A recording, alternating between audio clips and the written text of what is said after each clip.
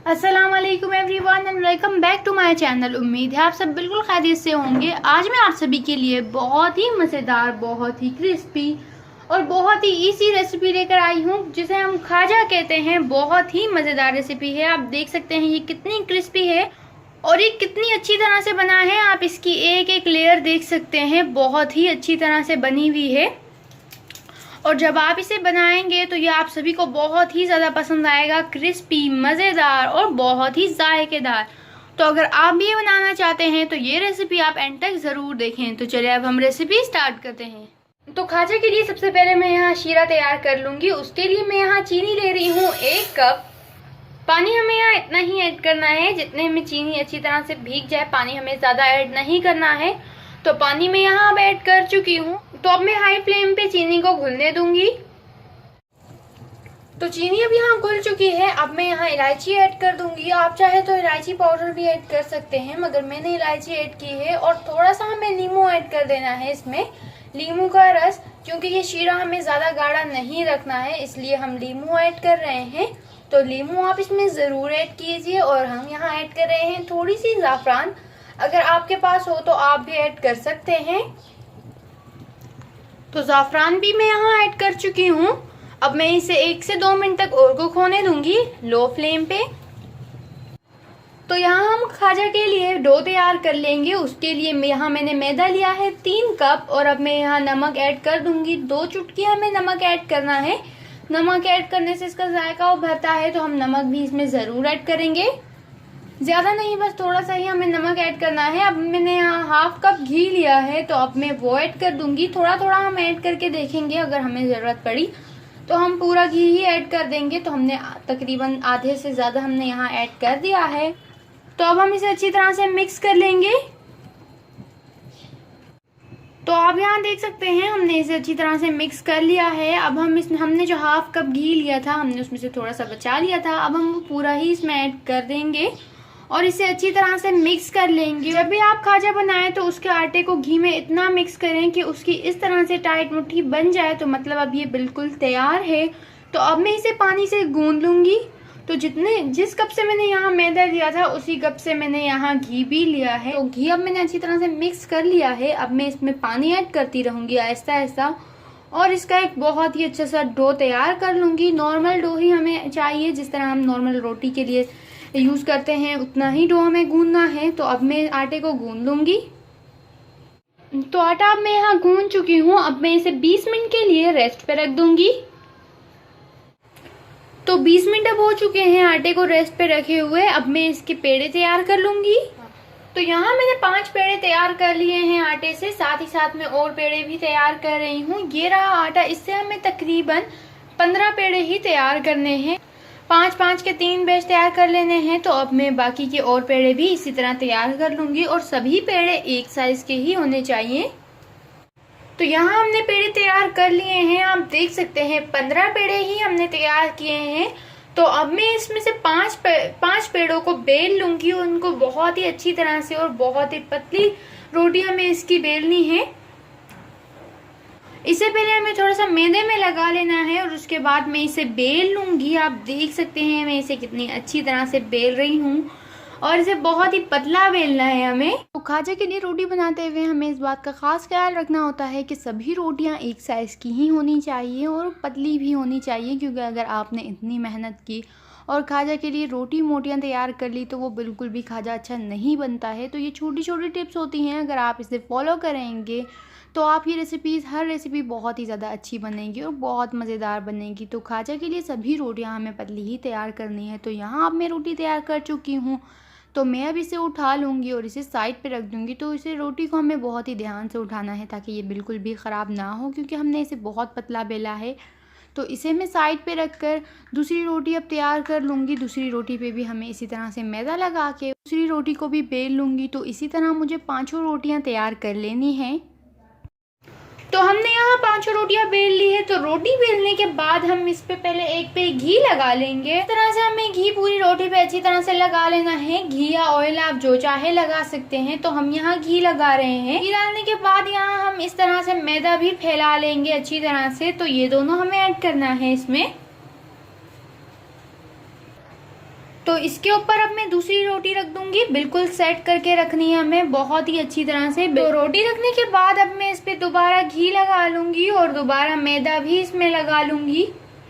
उसी तरह से इसमें मैदा डाल लूंगी और अगर आप चाहें तो मैदे को और घी को मिक्स करके भी इस पे लगा सकते हैं, यानी मैदे और घी का एक पेस्ट बना लें और उसके बाद इस तरह से आप उसको लगा लें, मगर हम यहाँ पे इसी तरह ही लगाएंगे। तो हमने मैदा और घी यहाँ लगा लिया है। अब मैं तीसरी रोटी इसके ऊपर रख दूंगी। तो यहाँ अब मैं तीसरी रोटी रख रही हूँ। तो रोटियाँ हमें पतली ही बनानी है, ये आप ज़रूर नोट कीजिए, क्योंकि अगर जितनी पतली रोटी होगी खाजा उतना ही अच्छा बनेगा। अगर आपने इतनी मेहनत की और मोटी रोटी बना ली तो इसका बिल्कुल भी कोई फायदा नहीं होगा। तो आप रोटियां बिल्कुल पतली बनाएं। अब मैं इस पे दोबारा घी और मैदा लगाऊंगी। इसी तरह मैं 5 रोटियों को स्टेप बाय स्टेप रखती जाऊंगी और 3 रोटियां मैं रख चुकी हूँ, 2 और रखनी है मुझे। तो यहाँ अब मैं 5 रोटियां रख चुकी हूँ। तो 5वीं रोटी पर भी मुझे इसी तरह से घी लगा लेना है और घी लगाने के बाद मैं उस पर मैदा भी लगा लूंगी। मैदे को मैंने फैला लिया है। अब मैं इसका एक टाइट रोल बना लूंगी। रोल हमें बहुत ही अच्छी तरह से और बहुत ही ध्यान से बनाना है। रोल बिल्कुल टाइट होना चाहिए। आप ये चीजें नोट किया करें, छोटी छोटी टिप्स होती हैं, अगर आप इसे फॉलो करेंगे तो हर रेसिपी आपकी बहुत ही अच्छी और बहुत ही मजेदार बनेगी। रोल अगर टाइट होगा तो खाजा बहुत ही अच्छा बनेगा और इसकी लेयर्स भी बिल्कुल अच्छी तरह से बनकर तैयार हो जाएंगी। तो रोल आप देख सकते हैं बहुत ही अच्छी तरह से बन चुका है। तो इसे अब हम थोड़ा फैला लेंगे। तो अब हम इसके पीसेस कर लेंगे, तकरीबन 2-2 इंच जितने ही हमें इसके पीसेस काटने हैं। तो इसी तरह से हम इसके सारे पीसेस कर लेंगे। पूरा रोल हमें इसी तरह से कट करना है। और वीडियो में आप सुन रहे होंगे पीछे बारिश भी हो रही है और बारिश के मौसम में तो ये बहुत ही अच्छा लगेगा। चाय के साथ आप इसे सर्व कर सकते हैं इवनिंग स्नैक्स के तौर पर, या आप इसे घर में कभी भी बना सकते हैं। देख सकते हैं ये रोल और इसके सभी लेयर्स भी आप देख सकते हैं कितनी अच्छी तरीके से बनी है। और फ्राई होने के बाद तो ये बहुत ही अच्छा लुक देगी। ये दिखने में जितनी अच्छी टेस्टी होगी, खाने में उसका इससे डबल टेस्ट होगा। तो ये अब मैं इसी तरह से कट कर लूँगी। आप यहाँ देख सकते हैं, आप चाहें तो इसे हाथों की मदद से भी इस तरह फैला सकते हैं या इसे आप बेल भी सकते हैं। और आप देख सकते हैं फैलाने के बाद तो ये बहुत ही ज्यादा खूबसूरत लग रही है। एक एक लेयर आप देखें इसकी बहुत ही अच्छी तरह से नजर आ रही है। बाकी सबको मैं बेल लूंगी। तो इस तरह से हमें इन्हें बेल लेना है, बहुत ही हल्के हाथों से बेलना है, ज्यादा जोर हमें इसमें बिल्कुल भी नहीं देना है। तो हमें इतना पतला करना है। इसकी भी लेयर्स आप देख सकते हैं ये किस तरह से वाज़िया नजर आ रही हैं। तो अब सभी को मैं इस तरह से बेल लूंगी। तो यहाँ ऑयल गर्म हो चुका है। अब मैं इसमें खाजा ऐड कर चुकी हूँ। ऑयल हमें ज्यादा गर्म नहीं करना है, नॉर्मल ही ऑयल गर्म होना चाहिए। तो अब मैं इसमें खाजा ऐड करती रहूंगी। थोड़ी ही देर में ये पककर खुद ही ऊपर आ जाएंगे। ऑयल हमें ज्यादा गर्म बिल्कुल भी नहीं करना है, क्योंकि ये ज्यादा गर्म जब ऑयल होता है तो ये बिल्कुल भी पकते नहीं है, उसमें जलने लग जाते हैं।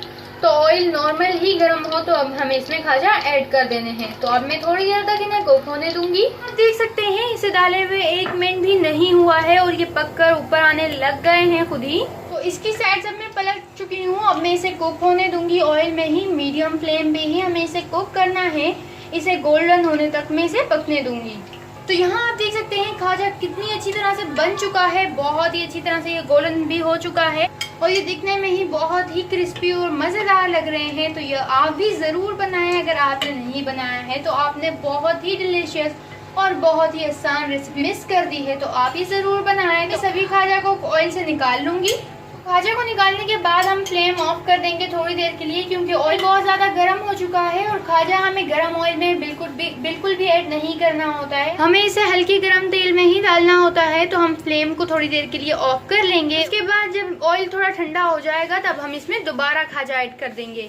हाँ, अब ऑयल ठंडा हो चुका था तो मैंने अब इसे दोबारा बाकी के सारे खाजा भी इसमें ऐड कर दिए हैं। तो अब मैं इन्हें लो फ्लेम पे ही पकाऊंगी और इन्हें अब गोल्डन होने तक मैं इन्हें पकने दूंगी और फिर मैं इन्हें सर्व कर लूंगी। शीरा यहाँ तैयार है और खाजा भी पक चुके हैं। आप चाहें तो खाजा को इस तरह से शीरे में डिप भी कर सकते हैं।